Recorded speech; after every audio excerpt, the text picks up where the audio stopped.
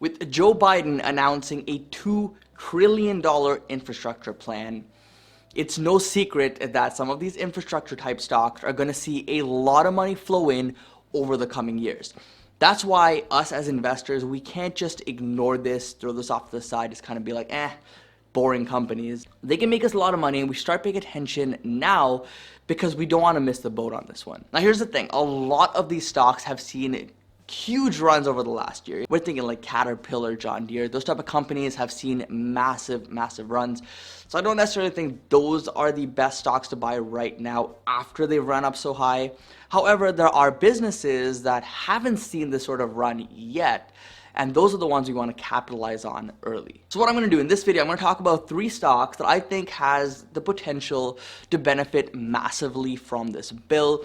They're great companies, they're stable companies for the most part, and I think they'll provide us good gains over the long term. Now, I've tried to stay away kind of from speculative or high growth companies in this video because I want to focus more on quality, stability. However, I'll make a deal with you guys. If you guys can get 1,000 likes on this video, I'll create another 3 stocks to buy video for the infrastructure spending that's focused more on, more riskier type companies, more high growth type companies with a lot more upside as well. So anyways, guys, hope this video is of value to you. Let's jump into it. Okay, so I figured the best way to start is to kind of just look at the infrastructure plan, the infrastructure bill, to figure out where the money is going to be allocated, where the real big bets are when it comes to this massive $2 trillion plan.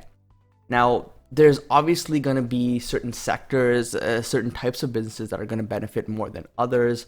So let's first look at the categories, and then I'll talk about 3 stocks that I think are direct beneficiaries of this. So here's kind of how the bill breaks down. Okay, so you have the transportation part.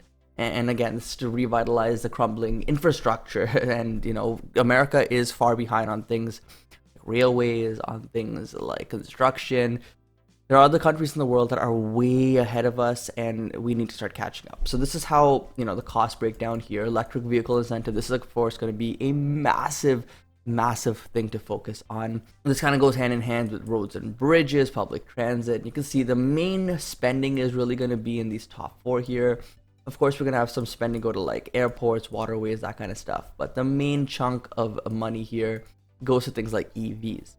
Then you have buildings and utilities. And here's where things get very interesting because you have things like high-speed broadband. This is internet, of course, water systems, electric grid, clean energy. This is a big one, affordable housing. These things are kind of, again, you want to focus on the top 4. Water, I guess you could focus a little bit on this as well, because that is going to be something kind of, I would say, lumped in with something like clean energy. It does kind of go hand in hand. Then you have things like jobs and innovation. This is where there's not as much spending, but it's broken down a lot further. So you can see domestic manufacturing is going to see around 50 billion, supply chain support 50 billion, semiconductor industry around 50 billion. Clean energy manufacturing close to 50 billion. So this one's really broken down. Of course, we have things like this now, which are top of mind, climate technology top of mind. A lot of spending here with a lot more broken down different segments.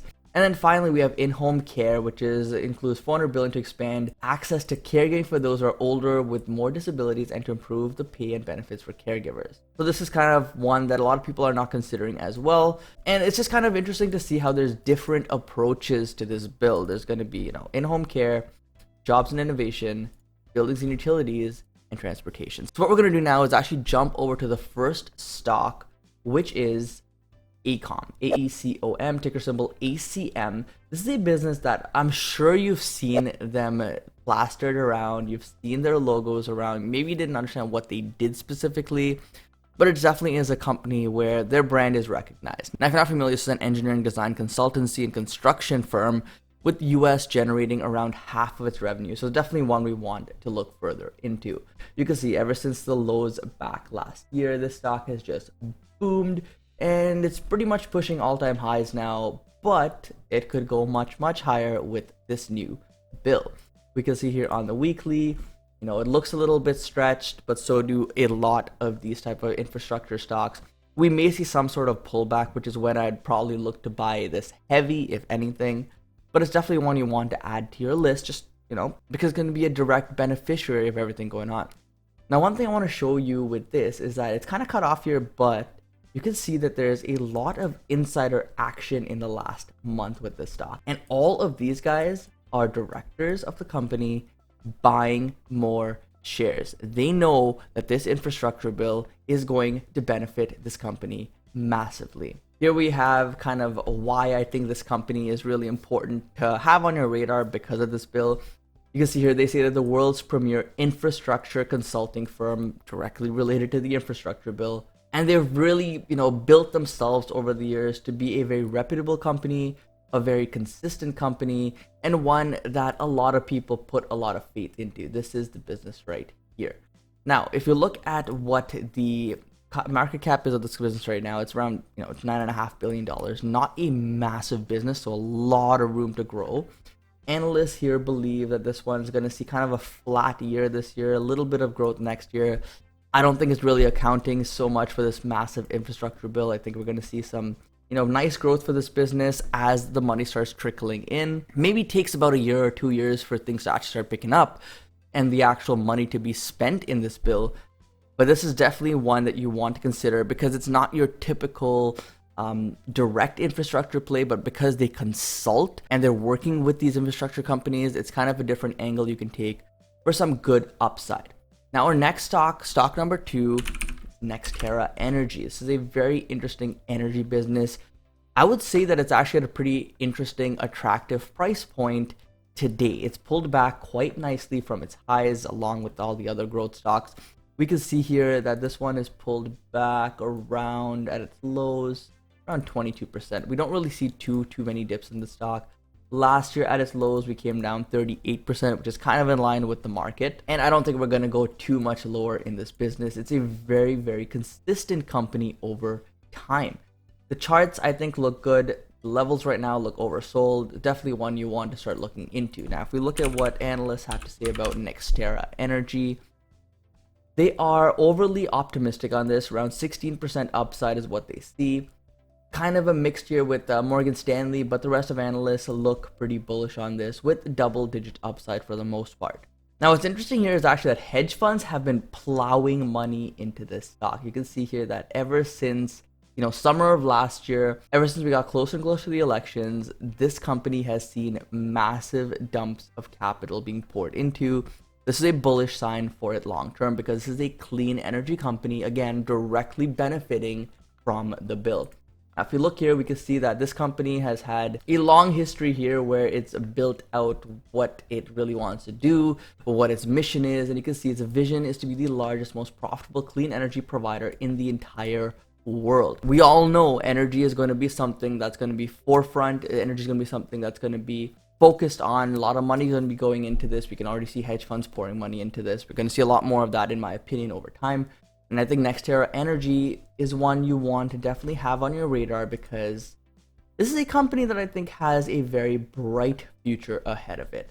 Now, if we look at the actual size of the business today, here on Yahoo Finance, we can see it's a pretty large company, $150 billion or so today. So it's not like one of these tiny companies that can double, triple, in a very short period of time. However, because of this massive market cap, it provides you a lot of stability, a lot of security, and it gives you future exposure to the clean energy space.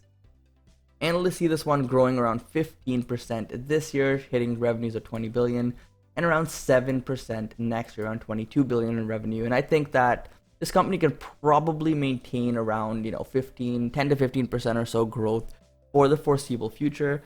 And now with this massive spending coming in from the Biden infrastructure bill, it's going to push that growth even further. So that's stock number 2. Now let's move on to stock number 3, which is one you probably have never heard of before. And this is VMC, Vulcan Materials. So this one, as you can see, it's doing quite well ever since the March lows. This one's bounced back extremely strong.